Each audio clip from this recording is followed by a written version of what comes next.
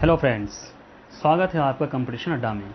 आज आपके सामने प्रस्तुत है सोलर सिस्टम, जिसको हम एमसीक्यू द्वारा आसानी से समझने की कोशिश करेंगे।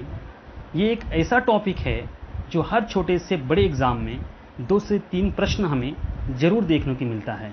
चलिए फ्रेंड्स, शुरू करते हैं।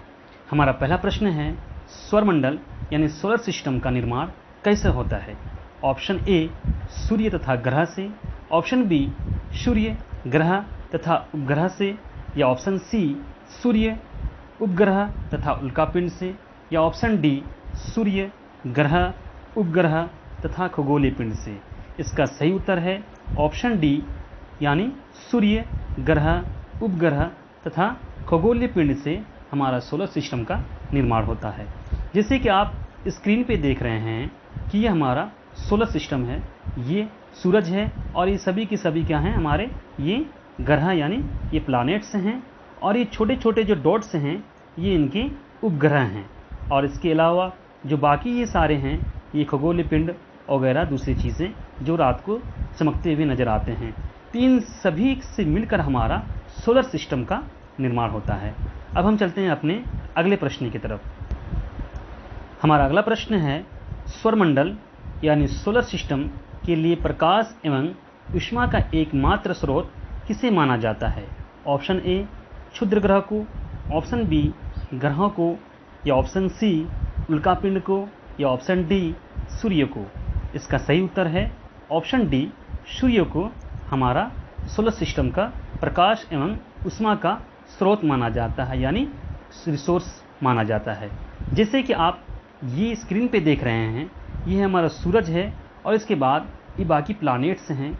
इन ग्रहों को ऊष्मा एवं प्रकाश जो हासिल होता है वो इस सूरज से हासिल होता है। इसीलिए हम ये कह सकते हैं कि सोलर सिस्टम का मात्र एक ही स्रोत है प्रकाश एवं ऊष्मा का, वो है आपका सूरज।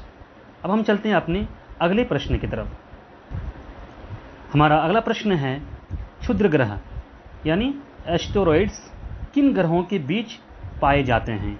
ऑप्शन ए, शनि एवं बृहस्पति के बीच। या ऑप्शन बी, मंगल एवं शुक्र के बीच। या ऑप्शन सी, मंगल एवं बृहस्पति के बीच। या ऑप्शन डी, बृहस्पति एवं यूरेनस के बीच। इसका सही उत्तर है ऑप्शन सी, मंगल एवं बृहस्पति के बीच हमारा एस्टेरॉइड्स पाया जाता है। जैसे कि आप स्क्रीन पे देख रहे हैं, ये हमारे सभी के सभी ग्रह हैं, और एस्टेरॉइड्स यानी क्षुद्र ग्रह जो हमें देखने को मिलता है ये हमारा ये मंगल ग्रह है और ये बृहस्पति यानी जुपिटर है। इन दोनों ग्रहों के बीच में हमें ये एस्टेरॉइड्स देखने को मिलता है। तो इन दोनों ग्रहों के बीच ही में एस्टेरॉइड्स पाया जाता है। अब हम चलते हैं अपने अगले हमारा अगला प्रश्न है, उल्कापिंड यानी मेटेरॉइड्स किसे कहते हैं? ऑप्शन ए, सूर्य के चारों ओर चक्कर लगाने वाले ग्रहों को। या ऑप्शन बी, सूर्य के चारों ओर चक्कर लगाने वाले उपग्रहों को। या ऑप्शन सी, सूर्य के चारों ओर चक्कर लगाने वाले छोटे पिंड को। या ऑप्शन डी, सूर्य के चारों ओर चक्कर लगाने वाले पत्थरों के छोटे छोटे टुकड़ों को। इसका सही उत्तर है ऑप्शन डी, यानी सूर्य के चारों ओर चक्कर लगाने वाले पत्थरों के छोटे छोटे टुकड़ों को क्या कहते हैं? उल्कापिंड कहते हैं। जैसे कि आप स्क्रीन पे देख रहे हैं, ये हमारा सूरज है और सूरज के चारों ओर ये छोटे छोटे जो पत्थर आपको नज़र आ रहे हैं, ये भी सूरज के चारों ओर क्या करते हैं? चक्कर लगाते हैं, और इन्हीं को उल्कापिंड कहा जाता है। अब हम चलते हैं अपने अगले प्रश्न की तरफ। दोस्तों, जैसे कि आप स्क्रीन पे देख रहे हैं, यानी सोलर सिस्टम, इसको समझना बहुत ज़रूरी है। जब आप इसको समझ लेंगे तो आप पूरे सोलर सिस्टम को आसानी से समझ पाएंगे। ये 8 ग्रह हैं। इसको हम सबसे पहले 2 भाग में, दो पार्ट में इसको हम बांट देंगे। यानी इन 4 ग्रहों को अलग पार्ट में, छोटे परिवार में, और इन 4 बड़े बड़े को अलग परिवार में। तो ये जो छोटे परिवार हैं, इनको हम याद रखने का हमारा सबसे आसान तरीका ये है कि इन 4 ग्रहों में 3 ग्रह ऐसे हैं जो कि डेज के नाम हैं, यानी मंगल, बुध और शुक्र। उसके बाद हमारा पृथ्वी। सिर्फ वो पृथ्वी एक ऐसा ग्रह है जिसका अलग नाम है, वरना बाकी 3 इन चारों में से 3 ऐसे हैं जो कि डेज के नाम है हमारा। तो मंगल है, बुध है और शुक्र है और पृथ्वी है। तो हम शुरू करते हैं बुध से और लास्ट करते हैं हम मंगल को। तो हमारा सबसे पहला ग्रह कौन है? बुध है, उसके बाद शुक्र है, उसके बाद पृथ्वी है और उसके बाद मंगल है। तो हमने आई होप हमने याद कर लिया कि ये हमारा 4 ग्रह हैं शुरू के। इन 4 ग्रहों में 3 ग्रह ऐसे हैं जो कि डेज के नाम हैं, दिनों के नाम हैं, और बाकी एक ग्रह हमारा सिर्फ पृथ्वी अपने अलग नाम से जाना जाता है। और ये 3 जो हैं, 3 डेज का जो नाम है वो मंगल से शुरू होता है, यानी मंगल, बुध और शुक्र। लेकिन हम मंगल को लास्ट में रखेंगे और शुरुआत हमारा बुध से होगा। बुध है, उसके बाद शुक्र है, उसके बाद हमारा पृथ्वी है और उसके बाद हमारा मंगल है, यानी हमारा लास्ट क्या है? मंगल है। तो ये हमारे छोटे परिवारों को हमने याद कर लिया। अब इसके बाद हम इन बड़े परिवारों को हम याद करेंगे, इन बड़े लोगों को हम याद करेंगे। इनका तरीका ये है कि इसमें 2 डेज का नाम है, एक तो बृहस्पति और दूसरा शनि। और उसके बाद ये दोनों जुड़वा भाई हैं। इनमें से जो बड़ा भाई है उसका नाम हमने रखा है अरुण, यानी अ से अनार वाला अरुण, और दूसरा वरुण।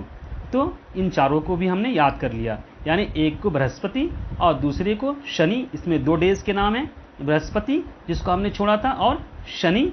बृहस्पति, शनि, अरुण, वरुण, अरुण, वरुण। तो हमने याद कर लिया कि इसमें 8 ग्रह हैं, 8 प्लैनेट्स हैं। इसको हमने 2 भागों में डिवाइड कर दिया। पहले जो इसमें से 4 हैं वो छोटे परिवार के हैं, उसमें 3 दिनों के नाम आता है, यानी मंगल, बुध, शुक्र, और एक अपना अलग नाम से जाना जाता है, वो हमारा पृथ्वी। और इसमें शुरुआत होता है बुध से, उसके बाद शुक्र, उसके बाद हमारा पृथ्वी और उसके बाद हमारा आपका मंगल है। और उसके बाद लास्ट के जो हमारा 4 परिवार हैं वो इसमें 2 डेज हैं, 2 दिनों के नाम हैं। उसमें पहला हमारा है बृहस्पति, उसके बाद शनि और उसके बाद 2 जुड़वा भाई हैं, एक का नाम है अरुण और दूसरे का नाम है वरुण। आई होप कि आप इस क्वेश्चन को समझ पाए होंगे। हमारा अगला प्रश्न है, वे रास्ते किस आकार के हैं जिसमें सभी ग्रह सूर्य का चक्कर लगाते हैं? ऑप्शन ए वृत्ताकार, ऑप्शन बी दीर्घवृत्ताकार, या ऑप्शन सी दीर्घकार, या ऑप्शन डी इनमें से कोई नहीं। इसका सही उत्तर है ऑप्शन बी, यानी दीर्घवृत्ताकार में हैं। क्या? यानी ये जो आपके ग्रह हैं, ये ग्रह जिस रास्ते में सूर्य का चक्कर लगाते हैं, ये रास्ते किस शेप में हैं, किस शक्ल में हैं, किस आकार में हैं? तो ये किस आकार में हैं? दीर्घवृत्त आकार में हैं, यानी अंडे की तरह इनकी शक्लें हैं। ये पूरे बिल्कुल वृत्त आकार में, पूरे सर्किल में नहीं है, बल्कि ये इस टाइप के शक्ल में है। तो इसका क्या नाम रखा हमने? दीर्घवृत्त आकार। अब हम चलते हैं अपने अगले प्रश्न की तरफ। हमारा अगला प्रश्न है, निम्न में से कौन से ग्रहों के कोई उपग्रह नहीं हैं? ऑप्शन ए मंगल तथा शनि, ऑप्शन बी पृथ्वी तथा बृहस्पति, सॉरी यहाँ पर गलत टाइपिंग हुई है, ऑप्शन सी मंगल तथा नेपच्यून, या ऑप्शन डी बुध तथा शुक्र। इसका सही उत्तर है ऑप्शन डी, यानी बुध तथा शुक्र के पास कोई भी उपग्रह नहीं है। जैसे कि आप स्क्रीन पे देख रहे हैं, ये इन सभी ग्रहों के पास कोई ना कोई उपग्रह जरूर है।